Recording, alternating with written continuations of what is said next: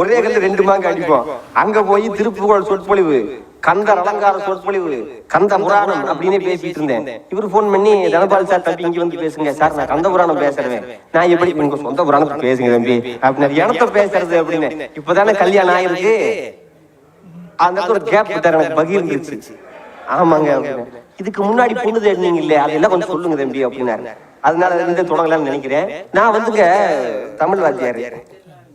தமிழ் வாத்தியார் இருக்கிறதுனால சில பக்கம் பொண்ணு கொடுக்கல, வாத்தியார்களுக்கு பொண்ணு கொடுக்கறது இல்ல, ஒவ்வொருத்தருக்கும் பொண்ணு கொடுக்கறது இல்ல. நான் என்ன பண்றதுன்னு பார்த்து, தக்க திருமண வயது அடைஞ்சாச்சு, திருமண வயது நமக்கு இதுதானா அப்படின்னு நம்ம தெரிஞ்சுக்கணும். பஸ்ல போனேன்.